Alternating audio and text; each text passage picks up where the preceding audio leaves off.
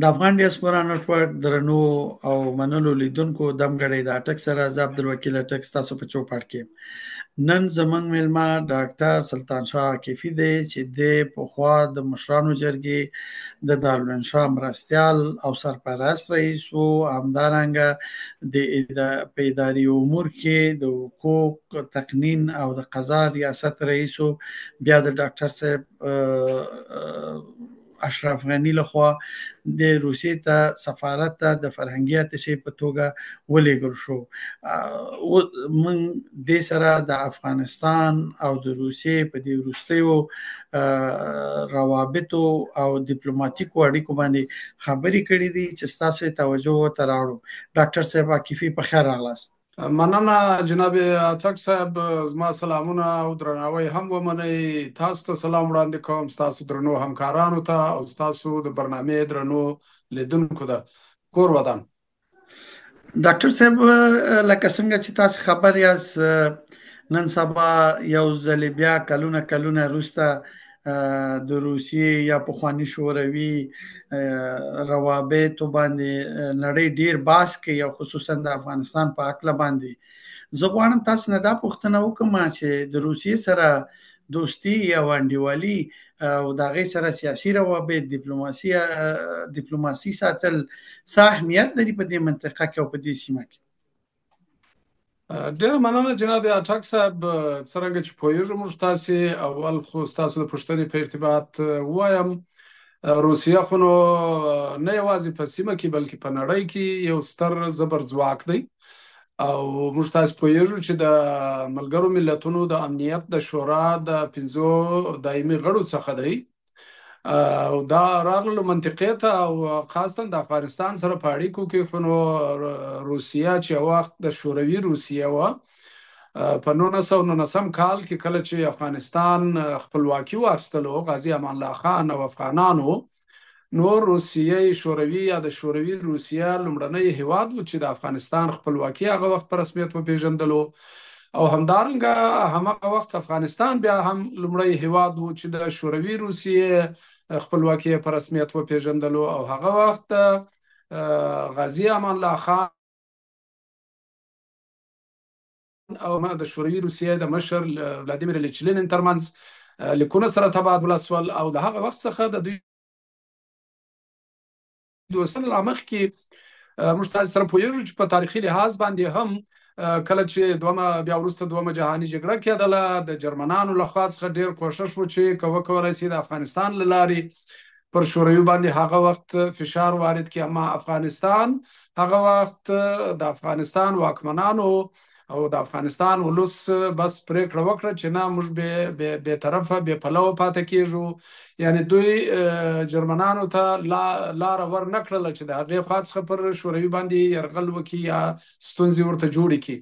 نو په دې ترتیب سره د روسیې او د افغانستان خو نو عین 18مې پیړۍ ته دغه ریښې رسېږي چې تګ راتګ کېده، سوداګرۍ پیل شوې وې په هغه کلونو کې. هغه په رسمي ډول باندې او ډیپلوماټیک ډول باندې د افغانستان او روسیې ترمنځ د افغانستان د خپلواکي د ترلاسه کولو نه وروسته، یعنی د 1919 کال څخه راوروسته یا د 1298 لمریز کال راهیسې دغه دوستي و اړیکې او روابط شته. البته د اړیکو لوړې ژورې درلودلې بې له شکه، کله ډېر ښې اړیکې وي او کله بیا په اصطلاح سره ناخوالې هم پکښې کې راغلي دي. زموږ تاسې په یاد دی چې په 80مو کلونو کې کله چې په افغانستان کې د افغانستان د خلکو دیموکراتیک ګوند واکمن سو او تر هغه راوروسته بیا د شوروي اتحاد پوځونه افغانستان ته داخل سول او د افغانستان د رهبري چې هغه وخت د افغانستان په راس کې او د افغانستان د خلک دیموکراتیک ګوند په راس کې مرحوم ببرک کارمل وو، نو هغه وخت شوروي پوځونه په افغانستان کې وو او شوروي ډېرې مرستې کولې د کارمل د واکمنۍ سره او د خلکو دیموکراتیک ګوند د واکمنۍ سره او د مجاهدینو خو بیا مخالفتونه ورسره موجود وو، نو هلته شخړې وې او دلته دوستۍ وې. خو په دغه ترتیب سره روسیه په کل کې که عرض وکړم تاسو ته، تل د افغانستان سره پرته له دې چې د افغانستان په واکمنۍ کې څوک وه، چپیان و که راستیان و که غازیان و که مجاهدین و او که نن طالبان دي. نو همیشه روسیې کوشش کړی دی چې د افغانستان سره اړیکې ښې وساتي او دوستانه اړیکې ولري. نو تر ننه پورې وینې په دغه ډول سره دا اړیکې موجودې وي او په دې باندې دا روسیه په سیمه کې مهم هیواد دی. اول خو عرض مې وکړ چې یو زبرځواک دی او دوهمه خبره دا ده چې په دې سیمه کې ډېر اغیز لري پر مختلفو هیوادونو پورې. او همدا اوس موږ تاسو وینو چې په دې اخرو درو څلورو کلونو کې لا یو څه ډېر چې لږ ډېر بندیزونه پر روسیه لګېدلي دي د غربي هیوادونو لخوا څخه. نو روسیه کوشش کړی دی چې په ختیځ کې ډېر نفوذ وکړي او ریښې وځغلوي چې د شانګهای سازمان یې جوړ کړی دی، پسې د بریکس سازمان یې جوړ کړی دی او دلته په خپله د شوروي د پرځېدو څخه وروسته بیا خو نو دلته دوه سازمانونه نور جوړ شوي دي چې یو د مشترک المنافع هیوادونو په نامه باندې یادېږي چې په هغه کې ځینې د شوروي پخواني جمهوریتونه جمع روسیه شامل دي سره. او د هغه ترڅنګ دلته یو بل سازمان هم شته دی چې هغه امنیتي سازمان دی او هغه ته دوی د ټولیز امنیت د پروتوکول سازمان وایي چې په هغه کې هم د دې سیمې شپږ هیوادونه شامل دي. نو په دې ترتیب سره روسیه خپل اغیز او نفوذ لري په نړۍ کې په کل کې، اما په ختیځ کې او د زموږ تاسې د افغانستان په شاوخوا کې په ځانګړي ډول باندې نو ډېر با نفوذه هیواد دی په دې سیمه کې په کل کې. ډیره مننه ډاکټر صاحب، تاسو په دې خبرو کې ما یو څه واورېد او زما دپاره دا د ډېر پخوانه یو سوال دی چې څه وخت د نړیوال جنګ و افغانستان تاسو ویل چې دې کې ناپیلی پاتې شو او ما د خپلو ځینو ملګرو مشرانو نه دا اورېدلي دي چې هغه وخت کې افغانستان ته ناپیلتوب نه و پکار، ځکه باید په یوه ډډه کې ولاړ وي. تاسو په دې خبره څه تبصره کوئ؟ جناب اټک صاحب، زه بالکل د هغه دریځ سره موافق یم چې هغه وخت افغانستان غوره کړی و، ځکه چې افغانستان یو نسبتا وړ هیواد دی په مقایسه د روسیې او د جرمني او د نور نو کمزوري هیواد وو هغه وخت، خو بیخي کمزوري هیواد وو په هر لحاظ باندې وروسته پاتې هیواد وو. اوس هم متاسفانه چې چندان موږ پرمختللی هیواد نه یو. نو په دې ترتیب سره زه فکر کوم چې هر وخت په دغه سترو شخړو کې ناپیلتوب ډیر ښه دی تر دې چې سړی په یو خوا کې ولاړ وي. نو زه د هغه دریځ تاییدوم او هیله مې دا ده چې په نن سبا کې هم افغانستان وکولای شي چې خپل ناپیلتوب وساتي او افغانستان له بد حالت څخه او له داسې حالت څخه چې هلته نیابتي جګړې وي، هلته نیابتي ستونزې وي، د دې حالت څخه افغانستان وباسي او د افغانستان خاوره د زبرځواکونو د نیابتي جګړو میدان نه، بلکې افغانستان د سترو هیوادونو، د سیمې هیوادونو او د نړۍ د سترو هیوادونو د همکاریو، د تعاون، د ملګرتوب یا د تفاهم مرکز وګرځول شي. دا به تر ټولو ښه وي او د افغانستان لپاره به ګټور وي. ډاکټر صاحب، یو پوښتنه، لکه موږ چې اوس ګورو چې د شوروي یا د روسیې مداخله په افغانستان کې چې تر نن ورځې پورې موږ دا انګیرو چې دا د دوی د راتګ نه موږ په جنګ او په جګړه او په بېکورۍ او درپدرۍ اخته یو، لکه اوس ستاسو تبصره څه ده چې د روسیې راتګ په سولې او ثبات باندې د سولې او د ثبات په راتګ کې څومره تاثیر او اغېز ولري؟ نو د تیرو پیښو څخه که عبرت واخلو او درس واخلو، ما هغه وختو کې چې لا ځوان وم، په لومړی صنف کې وم د فاکولټې د شوروي هیواد په هغه وخت کې چې دا د شوروي اتحاد وسلوال پوځونه افغانستان ته ولاړ، هغه وخت مې هم نظر دا و چې افغانستان ته باید هیڅ بل هیواد کوشش ونه کړي چې خپل پوځونه ورواستوي. افغان ولس درسته ده چې غریب ولس دی، غریب هیواد دی افغانستان. البته افغانستان غریب هیواد نه دی، زما په اند افغانستان ډیر معدنونه او کانونه لري، خو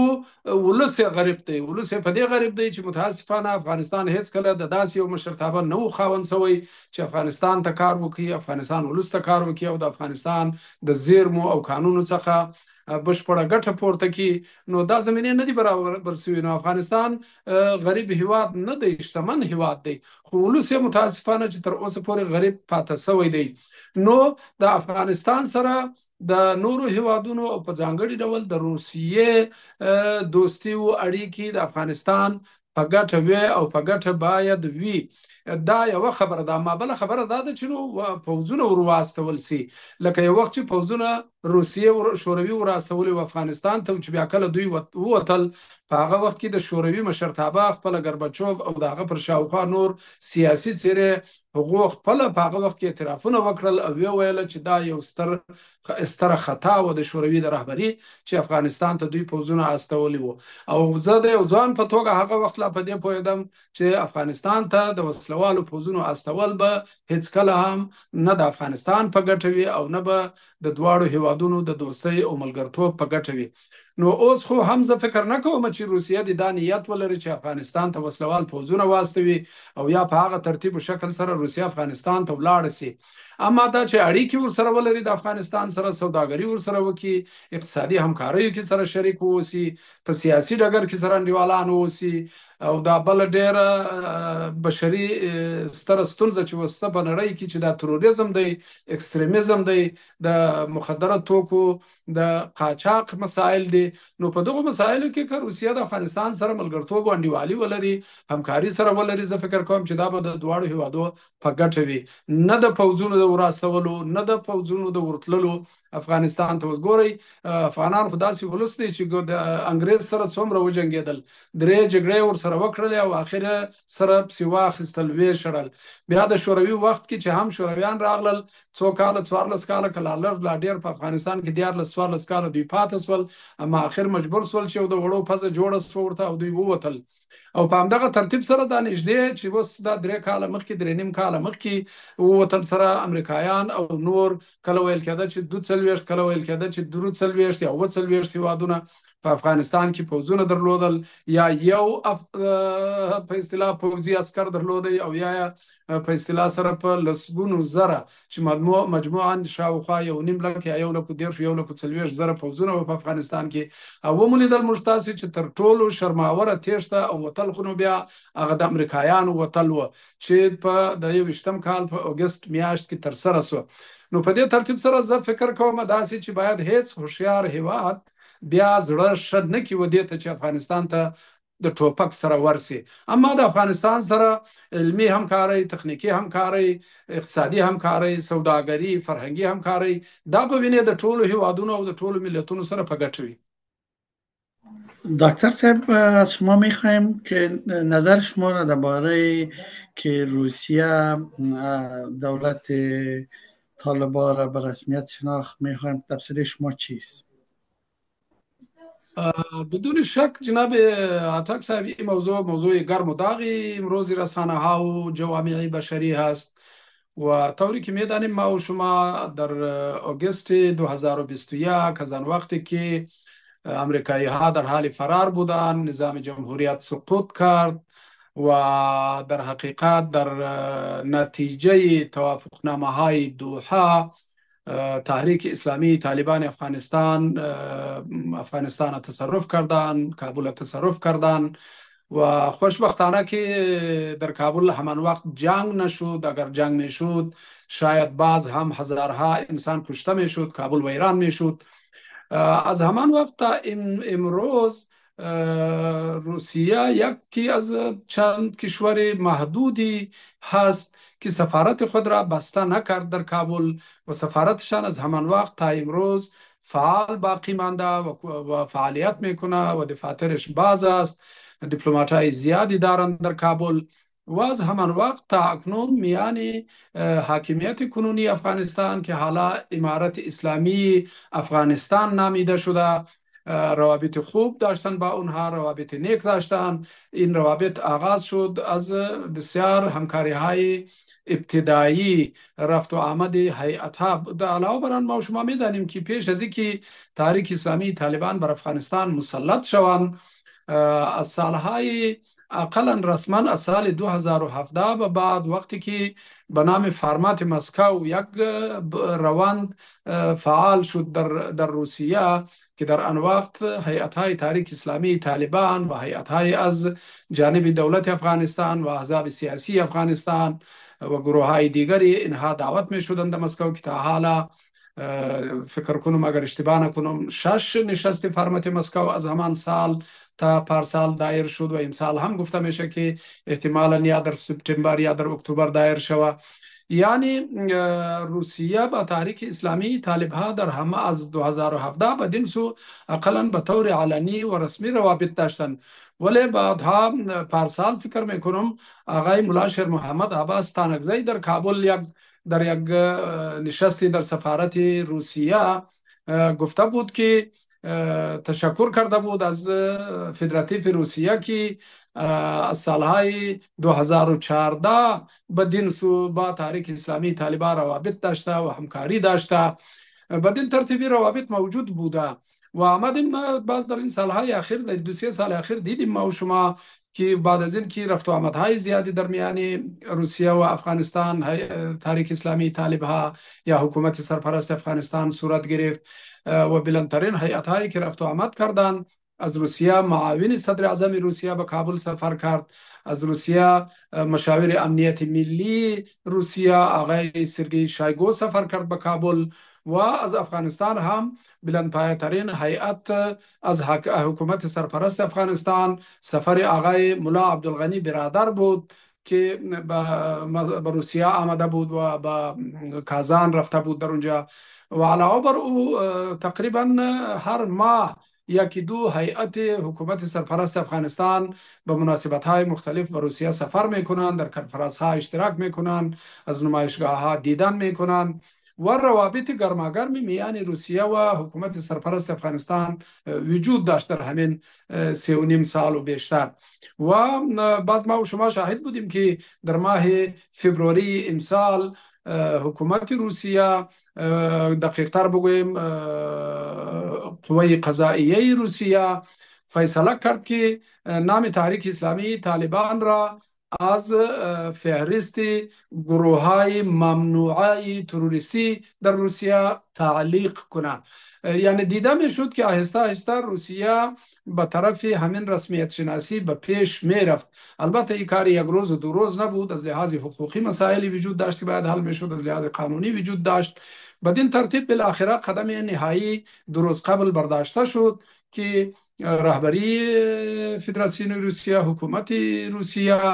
حکومت سرپرست افغانستان را به نام امارت اسلامی افغانستان به رسمیت شناختند و سفیر آنها را در مسکو استقبال کردند و کسی به نام ملا گل حسن حسن به نام به حیث سفیر افغانستان آمده به مسکو. این روابط آهسته آهسته چنین ایجاد شد. ډاکټر صاحب یو پوښتنه داسې ګورم مطبوعاتو کې داسې راځي چې د ایران او د اسرائیلو د جنگ په نتیجه کې یا د دې جنگ وروسته روسیې دا اقدام وکړو چې دا یو عکس العمل دی چې غربي نړۍ ته ښیي. دا خبره به څومره صحیح؟ دې کې خو شک نشته چې په دې پریکړې باندې اغیز شته د سیمه ییزو پیښو، همدارنګه د نړیوالو پیښو، او دا خپل هغه یو جیوپولیټیکي لورلید هم لري، دې کې هیڅ شک نشته دی. اما دا چې ځینې رسنیو کې هم ما واورېدل د ورځو کې ځینو وویل چې گویا روسیه دا کار په دغه وخت کې د دې لپاره وکړلو چې که احیانا بیا اسرائیل او امریکا پر ایران باندې برید وکړي نو مبادا چې طالبان هم د امریکایانو تر تاثیر لاندې د ایران پر ضد یو څه ګامونه پورته کړي. په دې خاطر داسې لا فکر نه کوم چې مستقیمه اړیکه د دې دوو پیښو ترمنځ وي، اما دې کې هیڅ شک نشته دی چې د روسیې جیوپولیټیکي ګټې او ملي ګټې دا ایجابوي چې په دې سیمه کې کوشش وکړي چې د دوی ستراتیژیک مخالفین یا د دوی ستراتیژیک په اصطلاح هغه که مخالفین هم ونه بولو نو داسې وبولو چې رقیبان لکه امریکا او ناتو په کل کې، نو هغوی باید د دوی پر شاوخوا دلته ډیر نږدې پښې ځای پر ځای نه کړي. لکه څرنګه چې موږ تاسو پوهیږو دا د اوکراین جګړه پر څه شي پیښه ده. اساسي دلیل د اوکراین د جګړې خو همدا ده چې کله چې لا ګربچوف د شوروي مشر وو او تر هغه وروسته بیا یلسن وو د روسیې مشر، نو هغه وختو کې ځینې خبرې اترې وې د ناتو او د غرب په کل کې او د یوې خوا او له بلې خوا د روسیې ترمنځ، چې ناتو به د روسیې د پولو پر خوا پرمختګ نه کوي. اما ناتو او غرب په کل کې خو نو بیا دغه خپل وعدو باندې وفا ونه کړله او هغو قرار پسې راوهڅېدل. همداسې یو بل هیوادونه چې د روسیې سره نږدې پراته دي او پخوا د شوروي اتحاد جمهوریتونه وه، نو هغوی په ناټو کې ور ښکېل کړل او د اروپا اتحادیه ته ور ومنل. همدارنګه بالاخره د اوکراین په ارتباط چې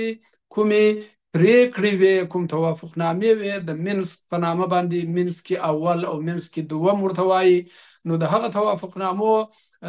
نه عملي کول د اوکراین لخوا او همدارنګه د غرب لخوا، چې یو وخت بیا خپله انګلا میرکل په روش کال نه وړم کال فکر کوم دا یې وویل، اعتراف یې وکړ، ول کله چې موږ د مینسک توافقنامې امضا کولې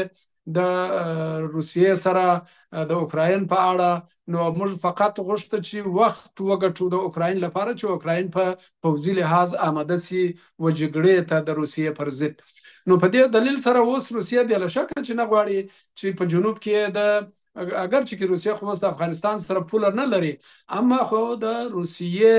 ملګري هیوادونه د افغانستان سره پولې لري. اوس ګورئ تاجکستان کې د روسیې یو قطعه پرته ده د هغو سره د مرستې په خاطر، د هغو د پولو د ساتنې په خاطر باندې.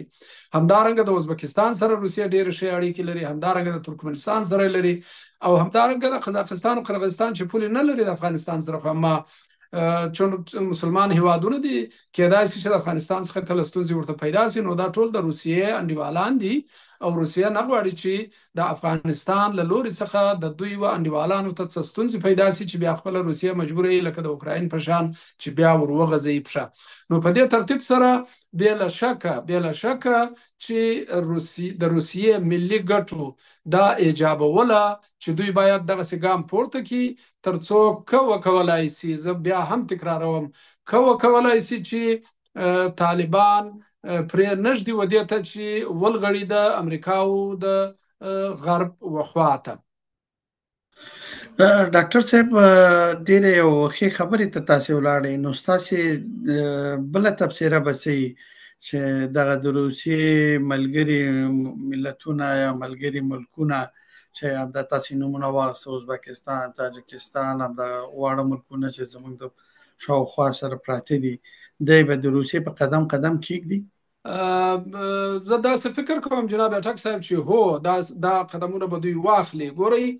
روسیه خو د سږ کال په فبروري میاشت کې د طالبانو د اسلامي تحریک نوم د تروریستي ډلو له نوملړ څخه و دغه کوي تعلیق کوي وځنډاوه. اما تر روسیې مخکې خو نو په دغه نورو هیوادو کې لکه قزاقستان کې اول دا ګام واخیستل څو هغو د دغه تروریستي نوملړ څخه د طالبانو نوم ویست، دا یو. او روسیه خو دا د اوس د افغانستان د سرپرست حکومت سفیر ومانه، اما ترکمنستان خو څو میاشت مخکې دا کار کړی و چې یو څوک د سفیر په توګه منلی و، یعنی د ډیپلوماټیک کچه د طالبانو سره د سفیر تر کچې پورې لوړ کړی و. او همدارنګه ګورئ ازبکستان د افغانستان د واکمنۍ سره خورا ډېرې ښې اړیکې لري، تر روسیې ډېرې نږدې اړیکې لري. څو واره د ازبکستان صدر اعظم افغانستان ته سفرونه وکړل، وزیر خارجه خو هر وخت ځي راځي، او همدارنګه له افغانستان څخه څو ځلې د افغانستان د سرپرست حکومت د ریاست الوزرا مرستیالان سفرونه وکړل تاشکند ته، وزیران خو وختاً فوقتاً روان وي. نو دوی خو تر روسیې ډېرې ګرمې او نږدې اړیکې درلودلې. او زموږ تاسې به په یاد وي چې تخمینا 2-3 میاشت مخکې ښاغلي میرزیایف د ازبکستان ولسمشر له ښاغلي پوتین څخه غوښتنه وکړله چې په مهمو اقتصادي پروژو کې د افغانستان چې ازبکستان پکې کې شراکت غواړي وکړي، روسیه یې هم وروبلله چې په هغو کې ګډون وکړي، هغه لکه دا ټاپي پروژه چې د مثال. نو یعنی هغه هیوادونه تر روسیې لا مخکې ورته ګرم کېدل، خو همغه یو متل شته دی د زموږ تاسې د هیوادوالو په افغانستان کې په فارسي وایي د لکې شمې خایه خو شرمه کې شمیایه. نو د هغو هیوادو خو مخکې لا غوښتل چې داسې څه وکړي، خو یو څه به شرمېدل او یا به دغه به نړیوالو ځینې هغه عرفونه، عرف نه قوانین بلکې عرف چې باید کله یو حاکمیت یا واکمني په رسمیت وپېژندل سي چې طالبان باید هغه پوره کړي، چې ډېر هیوادونه تر اوسه پورې دا ادعا لري چې طالبانو سرپرست حکومت هغه دغه لا نه دي شرایط پوره کړي چې هغه یو ټولګډون حکومت دی، چې هغه د بشري حقوق دي، هغه د نجونو زده کړه ده او د ښځو حقوق دي او د سیاسي ګوندونو د رسنیو پر فعالیتونو بندیزونه دي، او په اصطلاح سره د تروریستانو سره ښکاره او جدي مبارزه ده. اگر چې کې واکمني خو وایي د افغانستان چې هیڅ تروریستي ډله په افغانستان کې شتون نه لري او د افغانستان واکمني اجازه نه ورکوي هیڅ بلې ډلې ته چې د افغانستان خاوره د بل هیواد پر ضد وکاروي. خو تر اوسه پورې نړیوال په کل کې او د سیمې هیوادونه په ځانګړي ډول ځینې تشویشونه لري، او کله کله خو متاسفانه چې د هغه ځای څخه یو نیم غږ هم پورته کیږي. په طور د مثال ټي ټي پی د پاکستان پر ضد هر وخت عملیاتونه کوي، حمله پر کوي پر پوځ باندې د پاکستان، او پاکستانیان بیا وایي چې دا د افغانستان راغلي دي. او همدارنګه 2-3 میاشت مخکې د تاجکستان انصار الله په نامه چې کومه ډله وه په افغانستان کې یو وخت او د طالبانو سره یو ځای د جمهوریت پر ضد رزمېدل او جنګېدل، هغې ډلې غږ وکړي پر امام علي رحمان باندې چې دا کوم نظام چې تا جوړ کړی دی دا اسلامي حاکمیت نه دی او موږ دې راپرځوو. نو په دې ترتیب سره زه فکر کوم چې دا خبرې موجودې وي او اوس قرار باید دا ټول هیوادونه لاسونه سره ورکړي او د دغه ستونزو مخه ونیسي. ډاکټر صاحب ډیره مننه، پوښتنې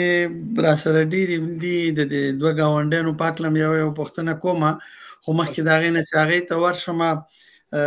تاسې چې تیار هملته په روسیه کې یاستئ او د هغې مطبوعات په دې د طالبانو په رسمیت پیژندلو باندې څه تبصرې کوي؟ بالکل روسیه خو داسې یو هیواد دی، ګوره روسیه خو بیا داسې یو هیواد نه دی لکه دا ځینې غربي هیوادونه چې هلته از هر چمن سمني او رنګارنګ خبرې اوریدل کیږي، رنګارنګ لیکنې کیږي. روسیه خو بیا نسبتا یو دغه هیواد دی، داسې منضبط هیواد دی، او روسیه د خپل اساسي قانون او نور قوانینو په چوکاټ کې ژوند عیار کړی دی او عیاروي او عیار ساتي. نو په دې ترتیب سره دلته خو ټولې رسنۍ که دولتي دي که غیر دولتي دي، دوی ټول دا ګام یو مثبت ګام بولي، دا ګټور ګام بولي او په ملاتړ یې خبرې کوي، که ګوندونه دي که لیکنې دي که مصاحبې دي، دا ټول. ډاکټر صاحب په دې اواخرو کې موږ ګورو بیا هم د سیمې نه نه وځو چې د ایران چې د اسرائیلو سره هغه د خلیلزاد خبره یو نمایشي جنگ وکړو یا هر څه چې وکړه، خو زور یې موږ ته راووتو، زور یې زموږ کډوالو ته راووتو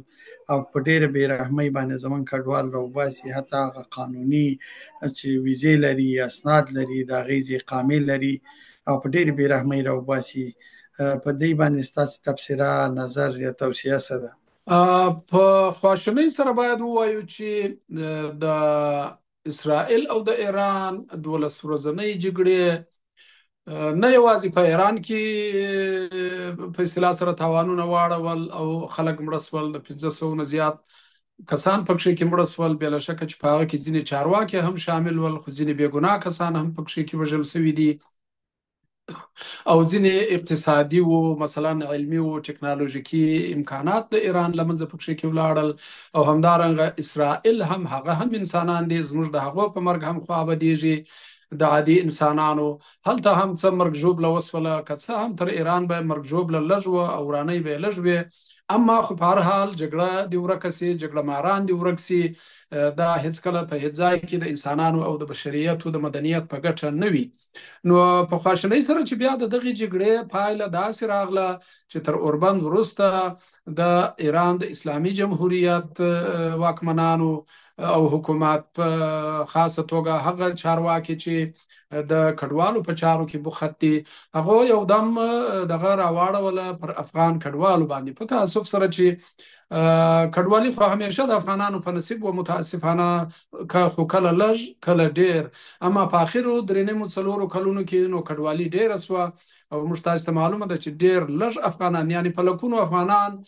ولاړل لري هیوادو ته تر امریکا او کاناډا او استرالیا او اروپا پورې ورسېدل اما په میلیونونو افغانان خو نو دا امکانات نه لرل چې دوی هغو ځایو ته ځانونه ورسوي دوی دومره امکانات درلودل چې فقط ایران او پاکستان پورې ځانونه ورسوي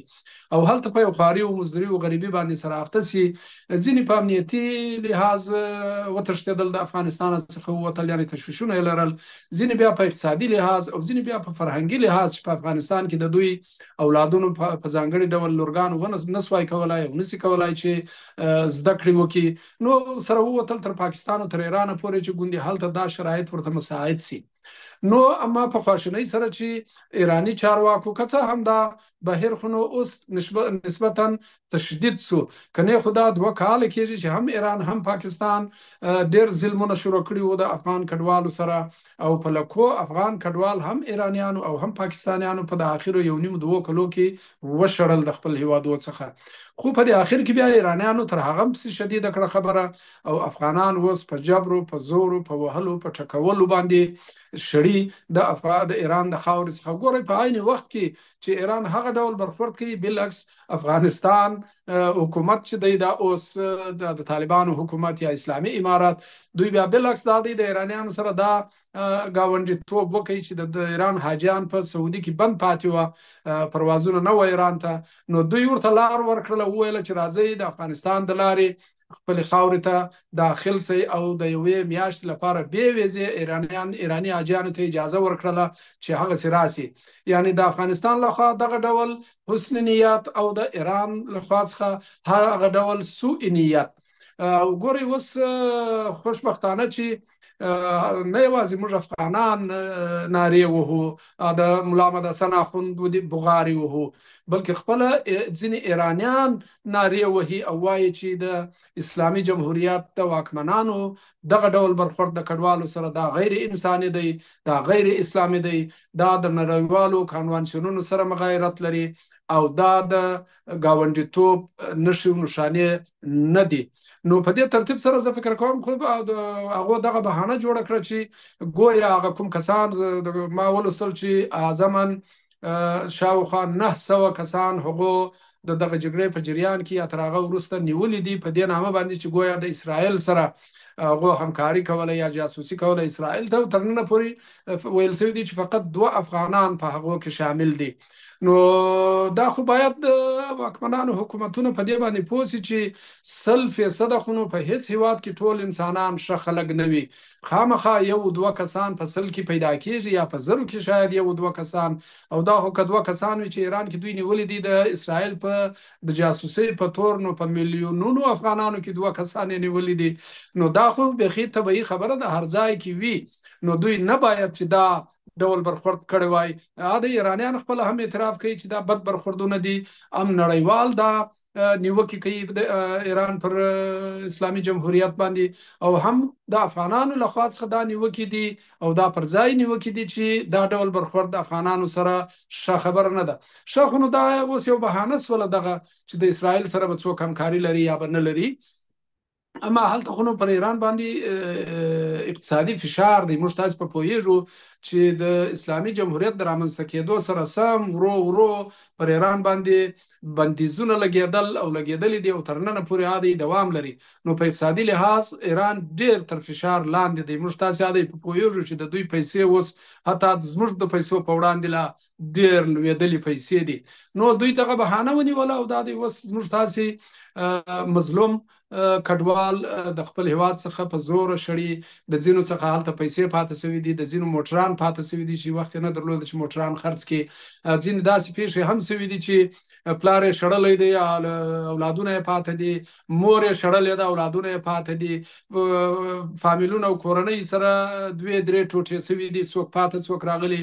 او په عین وخت کې بیا نو بدبختي دا ده چې په افغانستان کې خو نو هم موږ تاسو پوهیږو چې فقر دی، بیکاری ده، بدبختی ده، روزګار خراب دی. او چې دلته خلک راځي، اکثره دا خلک شاید داسې خلک وي چې په هغه وخت کې چې تښتېدل او وتل یو کال دوه او درې مخکې، نو خپل هغه یو نیم د خټو کورونه کې درلودل هغه بیا هم خرڅ کړي وي یا بیا ګرو کړي، او اوس چې بیرته راځي هغه کور هم نشته دی، هغه اور هم نشته دی، هغه کالي وځای هم نه لري. نو دغه بدبختۍ پر افغانستان باندې سته دی. متاسفانه چې د افغانانو ورځ توره ده، د هر ځای چې راواخلې، په اروپا کې هم که راواخلې، افغانان متاسفانه په دې اخرو کلونو کې تر فشار لاندې دي. کوم یو ځوان هلک پیدا سي په جرمني کې چې په یو جرمن په چاقو وهي، یو دوه نور افغانان پیدا سي چې یو ځای موټر بې ځایه وزغلي، بیا نو دغه هیوادونه د حکومتونه باره په ټولو مجاهدین وبخښئ مهاجرینو پسې راواخلي. نو دغه د افغان ورځ توره ده، خدای پاک دې ورحمېږي پر افغانستان او افغانانو باندې. ډیره مننه ډاکټر صاحب. زمونږ د بل ګاونډي چې همیشه زمونږ ته په کمین کې ناست دی، که لږ فشار پرې راځي مهاجر هم راشړي او څه چې د وس یې هغه په منګه کوي، او خاصتا دی په افغانستان باندې دا پاکستان یادوم، خاصتا دی په افغانستان باندې دا تور لګی چې د دې مخالفین او د دې په افغانستان کې دي او د دې ځینځي په هغې باندې حملې کوي او هغې د هغې د امنیت ته خطر دی. دا خبره به څومره صحیح څومره به دروغ وي؟ مخکې تر دې چې ستاسو پوښتنې ته ځواب ووایم، غواړم ووایم چې البته زما دغه خبرې د پاکستان ولس ته او د ایران ولس ته چې مې وکړلې متوجه نه دي. زما خبرې حکومتونو ته متوجه دي او پوځیانو ته متوجه دي، د پاکستان ISI ته متوجه دي. زما خبرې چې په تاسف سره په ټول د تاریخ کې دوی د افغانستان سره هیڅ کله هم صداقت نه درلودل، او دوی همیشه کوششونه کول چې په افغانستان کې جګړې وي، په افغانستان کې ستونزې وي، افغانان وږي پاتې سي، تږي پاتې سي، بې کلتوره خدای مکړه پاتې سي، او مجبور سي افغانان ودې ته چې کډوالۍ وکړي، او هغه هم که بل ځای ته نسي تلای نو پاکستان ته ولاړ سي، د دوی په چوپړ کې واوسي. نو هیڅ کله پاکستانی واکمنانو د افغانستان وده او پرمختګ نه غوښتلو، او په افغانستان کې دوی یو قوي حکومت نه غوښتلو. ګورئ که دوی غوښتلای کله چې د ډاکټر نجیب حکومت پرځېدی نو هغه وخت ډېر ښه فرصت و د دې چې د هغه وخت جهادي تنظیمونه چې وه هغوی په ګډه په اتفاق سره راغلی وای او په کابل کې یو حکومت اسلامي جوړ کړی وای چې هغه حکومت اسلامي وای، افغاني وای او پیاوړی حکومت وای او د افغانانو غم یې خوړلی وای. اما هغسې ونه سو. زموږ تاسې په یاد دی چې پاکستانیان راولاړ شول، په پېښور کې په دوی غونډې وکړلې او بالاخره هغه د 2 میاشتو حکومت یې جوړ کړی د حضرت صاحب مرحوم مجددي لپاره، او تر هغه وروسته بیا 4 میاشتنی حکومت یې جوړ کړی د مرحوم رباني لپاره، او په دې ترتیب سره ښاغلی حکمتیار خو نو بیخي د حکومت د باندې هلته وساتلو او بیا بالاخره د دوی سره وجنګولو، او هغه جګړې چې بیا دغه جهادي تنظیمو په افغانستان کې سره وکړلې، او افغانستان اطرافونه مخکې په جګړو کې سره خاور د خاورې سره خاورې سوی و، نو بیا وروسته دغه جهادي تنظیمونو د واکمنۍ پر مهال باندې کابل د خاورې سره برابر سو. زه شاهدان یو، او ویل کېدل چې شاوخوا 15,000 بې ګناه کابلیان په هغه وخت کې په هغه جنګو کې ووژل سول، او باور مې دا دی چې زه چون په هغه کابل کې اوسېدلم، ته خو بلا بهر وې یا جلال آباد کې وې، نو ما په خپل سترګو لیدل چې باور مې دا دی چې د 15,000 نه زیات بې ګناه کابلیان مړه سول په هغه جګړو کې، او هومره دغه قومي تعصبونه دا قومي دشمنۍ سره راپورته کړلې چې یو پښتون نسوای کولای چې غرب د کابل ته ولاړ سي، یو تاجک نسوای کولای چې غرب د کابل ته ولاړ سي، او یو هزاره نسوای کولای چې خیرخانې ته او یا په اصطلاح سره 8مې ناحیې ته او 9مې ناحیې ته د کابل تللی وای. نو په دې ترتیب سره پاکستان دغه خپله دښمني د تنظیمونو له لارې وکړلو. بیا وایم چې دغه خبرې زما د پاکستان ولس ته نه دي متوجه، همدارنګه ټولو مجاهدینو ته مې هم خبرې نه دي متوجه، خو د تنظیمونو مشران د پاکستان په ملاتړ باندې او د پاکستان په هڅو باندې او د پاکستان په لمسون باندې عمل کولو، او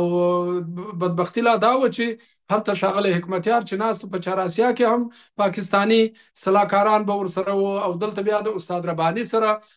پاکستاني سلاکاران ناست و دا زموږ تاسې په یاد دی چې هغه وخت ښاغلی استاد رباني بیخي اعلان وکړي حمیدګل را وبالئ و دې ته چې ول راسه زما مشاور سه. نو په دې ترتیب سره په تاسف سره چې پاکستان اړیکې د حکومتونو د پاکستان د حکومتونو اړیکې هیڅ کله هم د افغانستان سره ښې نه وي، صادقانه نه وي او په خیر نه وي. که نه وای خو نو تنظیمونه خو د دوی په وطن کې سره را جوړ شوي وو او را پیاوړي شوي وو او راغلي وو. او همدارنګه اوس خو د طالبانو اسلامي تحریک هم په پاکستان کې جوړ شو، د پاکستان کې پراته و او تر اوسه پورې به هم د دوی د ډیرو واکمنانو کورنۍ و امکانات په پاکستان کې وي. نو پاکستان نه باید د دوی لپاره ستونزې جوړې کړې وای، خو د مجاهدینو ته هم ستونزې جوړې کړلې او اوس یې د طالبانو ته هم ستونزې جوړوي. او همدغه دلیلونه او بهانې دي ګورئ په دغه درو نیمو کلو کې چې په افغانستان کې سرپرست حکومت دی. څو ځلې موږ تاسې شاهدان یو چې پر کونړ باندې، پر ننګرهار باندې، پر خوست باندې، پر پکتیکا باندې پاکستانیانو بمبارۍ کړې دي، راکټونه یې پر ویشتلي دي په یو په بله بهانه باندې. کله په دې بهانه چې دا د یو سرګروپ مې د ټي ټي پي وویشتلو، بل وخت دا چې د هغو کمپ مې وویشتی. په داسې حال کې چې بیا وروسته رسنیو خبرونه خپاره کړي دي چې کوم راکټونه چې لګېدلي وو په پکتیکا کې په تور د مثال یا بمبارد شوی وو، هلته ښځې او ماشومان مړه وه. درسته د هغه پاکستانیان وه، پښتانه وه، د هغې خوا راغلي وه، د خط له هاخوا څخه راغلي وه، مهاجر وه، کډوال وه، لکه زموږ چې اوس په میلیونونو کډوال لرو په پاکستان کې او په ایران کې. نو همدغسې کډوال بیا له شکه چې په دې اخرو کلو کې د پاکستان، ځکه چې د پاکستان په پښتونخوا کې او همدارنګه په کوټه بلوچستان کې خو نو همیشه جنګونه یې، همیشه تروریستي پیښې وي. نو په دې ترتیب سره ځینې خلک مجبور شوي دي، کډوال شوي دي، راوښتي دي. د افغانستان واکمني وایي چې هیڅ مرکز د ټي ټي پي په افغانستان کې نشته او دوی حق اجازه نه ورکوي نورو ډلو ته چې د افغانستان خاوره د ګاونډیانو پر ضد وکاروي. اما پاکستان حکومت او پوز دوی خو بیا تل ویلي دي او وایي، همدا نږدې 2-3 ورځې مخکې ښاغلی آصف خان چې وزیر دفاع دی د پاکستان، هغه بیا تور ولګاوه پر طالبانو باندې چې دوی ټي ټي پي ته ځای ورکړی دی او موږ جدي هشدار ورکوو چې وروره که د دوی غم ونه خوري نو موږ به بیا بمبارۍ کوو. نو په دې ترتیب سره اما ثبوت نو زما او ستا سره په دې نشته دی چې موږ په نو حالت نه یو، په خپلو سترګو یې نه وینو. اما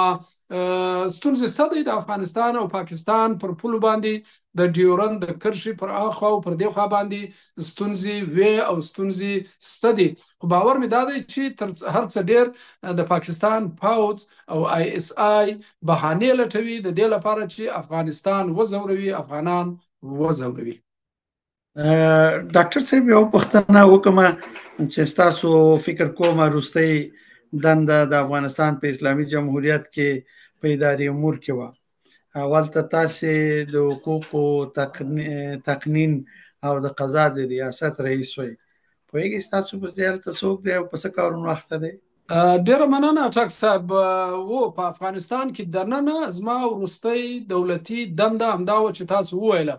خو د هغه ځای څخه بیا زه راواستول شولم. همغه وخت ډاکټر اشرف غني په جمهوري ریاست وختو کې روسیې ته راواستول شولم، سفارت ته. نو دلته مې د فرهنګي اتشې په توګه 5 کاله کار وکړ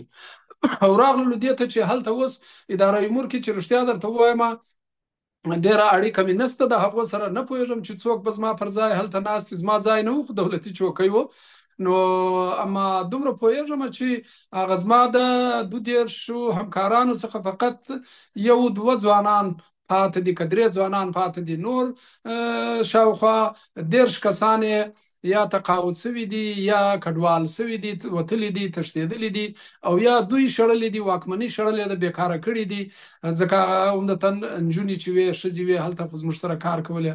نو د هغوی وضعیت باندې دقیق نه یم خبر چې هلته به څوک وسوي او څه به کوي، سر مې نه په خلاصېږي ځکه اړیکه مې نشته ورسره. یوه بله پوښتنه ده چې زه ستاسو کشر همکار وم پارلمان کې، بیا خاصتا مشرانو جرګه کې. نو ډېرې عواطفي پوښتنه وکړم په دې ودانۍ او په دا کار چې هلته ولاړ دی، په دې د زړه نه خوږېږي؟ جناب اټک صاحب بس د دغه لحظه د را په یاد کړلو، د خواشینۍ لحظه د را په یاد کړلو او په تصادف سره چې زه یو له هغو 7 کسانو څخه وم چې لا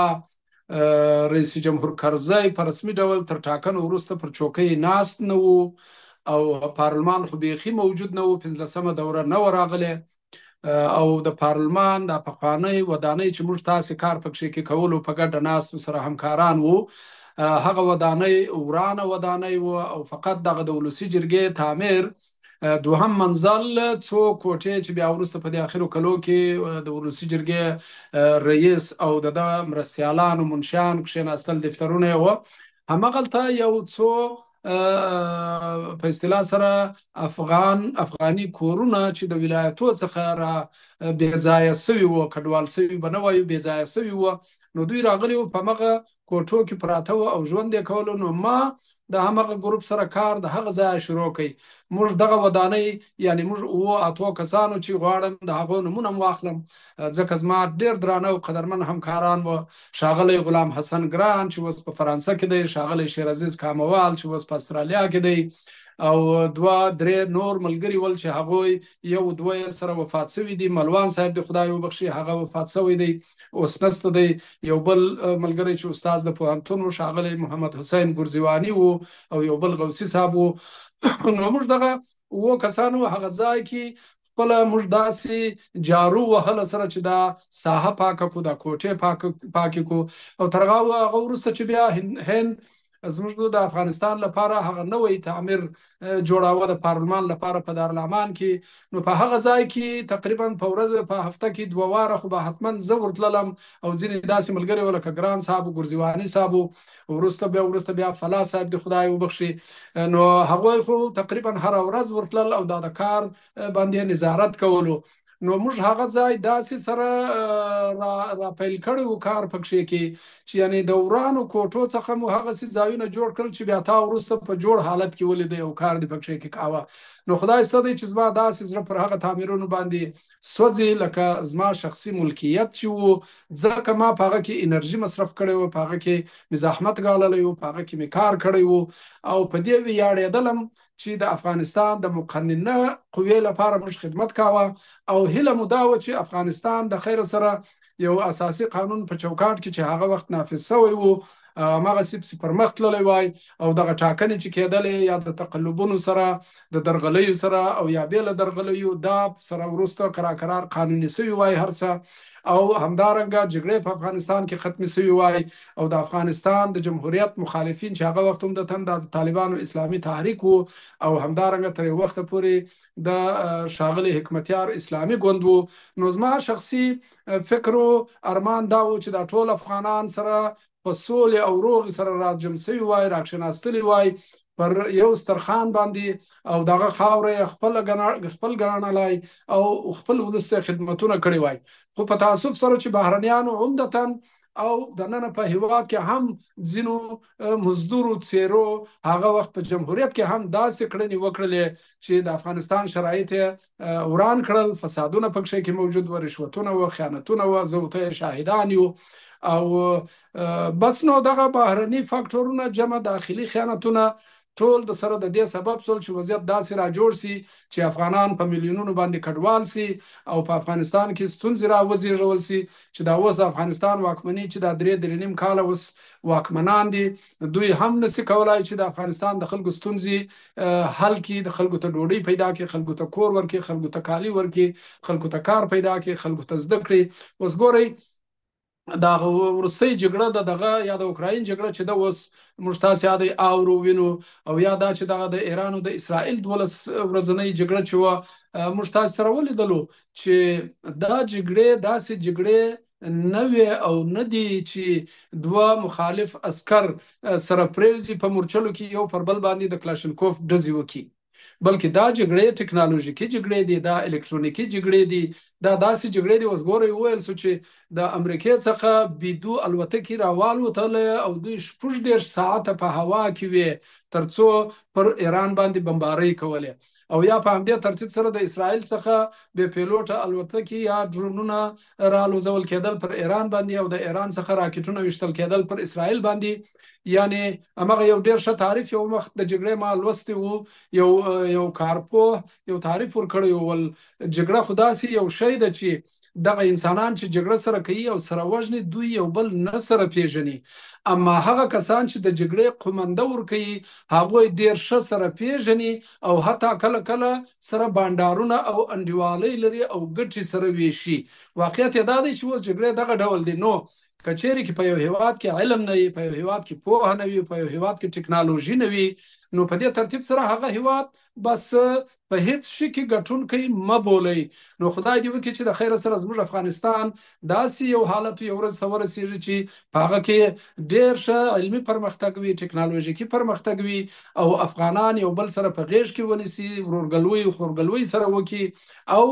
خپلو منځو کې سره راټول شي، د خپل افغاني فرهنګ پالنه او درناوی وکړي او بیرغ د افغانستان د نورو هیوادونو د بیرغونو په قطار کې د خیر سره ورپیږي. ډیره مننه ډاکټر صاحب عاکفي. خوشاله شوم چې تاسو مخامخ ګورم او تاسو ماته وخت راکړ او زمونږ د افغان ډیاسپورا سره مو خواله وکړه. ډیر څه مو زده کړه. زه هیله من یم چې اوریدونکي او کتونکي هم ستاسو د خبرو نه ډیر څه زده کړي او ډیر الهام به واخلي. ډیره مننه ډاکټر صاحب محترم. کور ودان جناب اټک صاحب. بس په د داسې ورځې په هیله چې افغانستان ګل ګلزار وي او افغانان یو بل په غېږ کې سره ونیسي او سره هیواد پالنه وکړي. ډیره مننه.